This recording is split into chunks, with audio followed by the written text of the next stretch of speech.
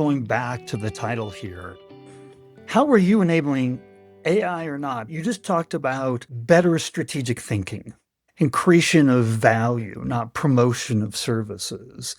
And so how do we get to that level of thinking? I'll tell you that most CMOs that I talk to, they have your philosophy. They come into a new position and they call customers and they're like, hey, this isn't a sales call, right? I'm new. I'm here to learn. And you just have these incredible, deep, meaningful conversations. And then they stop because your proactive list of things that you're not getting to every day, it just grows and grows. And so we get a taste of it. But you said in your response there was, we can never stop learning.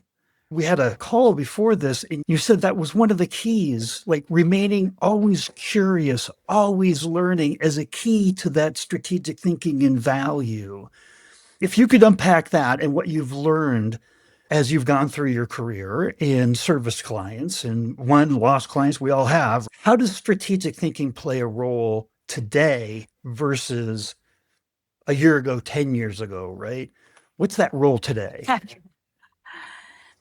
Pretty different. I think 5, 8, even 10 years ago, strategic thinking would be around where are your customer located? How much did they buy from us earlier on? What new product lines are they presenting to the world? Stuff like that. As we all know, with AI and language models, you have all that fact at hand, right? So strategic thinking today is something completely different. It's even getting, I was almost, how to say, emotional. Sometimes you have to risk a little bit, right? You have to put the risk investment on the table as well. And that's what I mean with value. So your client or your customer understand that you go all the way, first of all, but you're willing to invest like they are.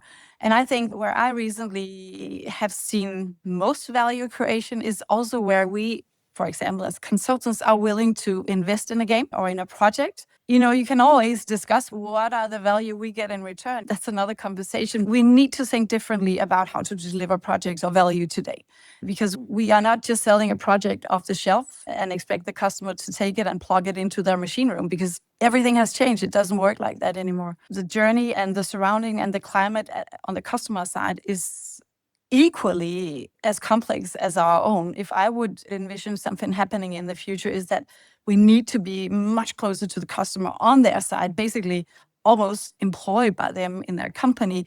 I wouldn't be surprised if we in a very short while would have a situation where a customer say, I'll tell you the price I'm going to pay once I see the value I get from it.